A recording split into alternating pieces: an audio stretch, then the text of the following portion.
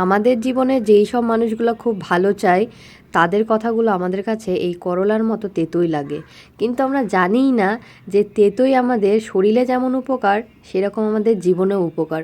তো আজকে আমাদের রোজার দ্বিতীয় দিন, আর দ্বিতীয় দিনে আমার একটু মন চাইলো মাকে হেল্প করতে, তাই আমি রান্না বান্না শুরু করে দিয়েছি দুপুরবেলাতে।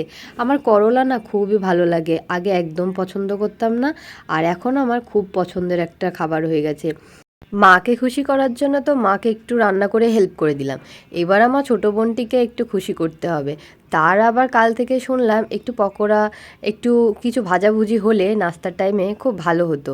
তো তার মনের কথা আমি শুনতে পেয়ে আমি চলে আসলাম আজকে আলুর পকোড়া বানানোর জন্য। আর আজকেই দেখলাম আমার আব্বা মাঠে থেকে অনেক বস্তা আলু নিয়ে এসছে, মানে আমাদের আলু তুলেছে আজকে। তাই নতুন আলু দিয়ে একটা পকোড়া করব, যেই পকোড়াটা বানানো খুবই ইজি আর খেতে কিন্তু অনেক টেস্টি। তো প্রথমে আমি অনেকগুলো আলু নিয়েছি, যেহেতু আমার বোনের খুব খিদে পেয়েছে, মানে এই পকোড়া খাওয়ার নেশা হয়েছে, তাই আমি জানি ও অনেক বেশি খাবে আর এটাও আমার খেতে অনেক বেশি ভালো লাগে। তাই আমি 7-8টা মতো আলু নিয়ে ভালো করে গ্রেড করে নিয়েছি আর তারপরে ভালো করে ধুয়েছি। আর এখানে উপকরণ বলতে সেরকম কিছুই লাগবে না। তোমরা যদি এটা ডিম দিয়ে করতে চাও তাহলে পেঁয়াজটা অ্যাড করো, আর যদি কেউ ডিম ছাড়া করতে চাও তাহলে কিন্তু এখানে পেঁয়াজটা দিও না। আর তারপরে এখানে তোমরা পরিমাণ মতো লবণ দেবে, একটু গুঁড়ো লঙ্কা দেবে, আর একটুখানি জিরে বা ধনে গুঁড়ো যদি থাকে তাহলে অ্যাড করে দিও। আর এখানে 2-3 চামচ মতো কর্নফ্লাওয়ার অ্যাড করে দিও। তারপরে ভালো করে এরকম মাখতে হবে। মেখে মেখে যখন পুরো আলুর সঙ্গে মিক্স হয়ে যাবে, তারপরে তোমরা একটু ছোট্ট ছোট্ট করে গোল গোল বল বানানোর চেষ্টা করবে। আর কিন্তু এখান থেকে যতটা পরিমাণে পানি বের করে দেওয়া যায় ততটা পরিমাণে পানি কিন্তু এরকম গোল গোল করে বল করে পানিগুলো বের করে নিতে হবে।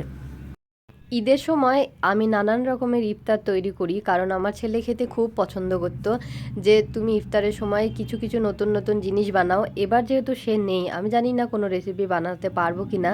তো আমি আজকে বাপের বাড়িতে আছি, ওকে দেখতে গেছিলাম, আগের ভিডিওতে তোমরা দেখেছো। তো আজকে আমি মায়ের বাড়িতে আছি বলে বোনের ইচ্ছা পূরণ করার জন্য এই পকোড়াটা বানালাম। তারপরে আবার বাড়ি গিয়ে জানি না ইচ্ছা করবে কিনা কিছু বানাতে। তো আমার যখন মন ভালো থাকে তখন আমার কিন্তু অনেক ভালো লাগে রান্না করতে, আর আমি মন দিয়ে রান্না করলে কিন্তু আমার রান্না অনেক সুন্দর হয়। যারা আমার রান্না খেয়েছো তারা কিন্তু বলবে যে হ্যাঁ আমার রান্না ভালো হয়, এটা আমি নিজেই গর্ব করে বলছি।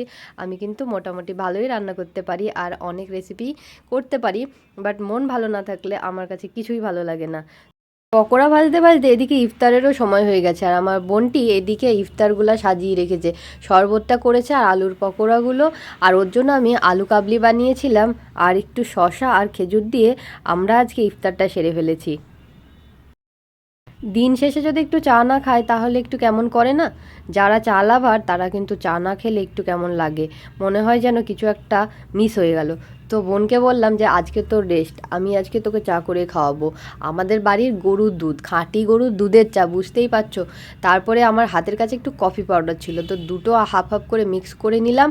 এবার আমি আমার বোনকে এই স্পেশাল চাটা দিলাম। ও আমাকে সবসময় চাটা করে দেয়, কারণ আমি যখনই বাপের বাড়িতে আসি আমি ট্রেন থেকে নামার পরে ওকে আগে একটা ফোন করি, আমি নেমে পড়েছি তুই চাটা রেডি কর। কারণ চা ছাড়া না আমি সত্যি কেমন যেন একটা ফিল করি, আমি খুব পছন্দ করি বিশেষ করে দুধ চাটা। তো এখন চাটা আমরা দুজন খাবো, তারপরে একটু গল্প সল্প করব। আর তারপরে চলো আমাদের বাড়ির একটু মিনির সাথে পরিচয় করে দিই। এই যে মিনিটা আবার নতুন হয়েছিল, ছোট বাচ্চা ছিল, তো এখনও বড় হয়ে গেছে। আর ওর সাথে যারা ছিল ওদেরকে মনে হয় তাড়িয়ে দিয়েছে। আর আমি স্কিন কেয়ারের জন্য গাজর আর বিটটাকেও কিন্তু প্রতিদিন একটু একটু করে খাই।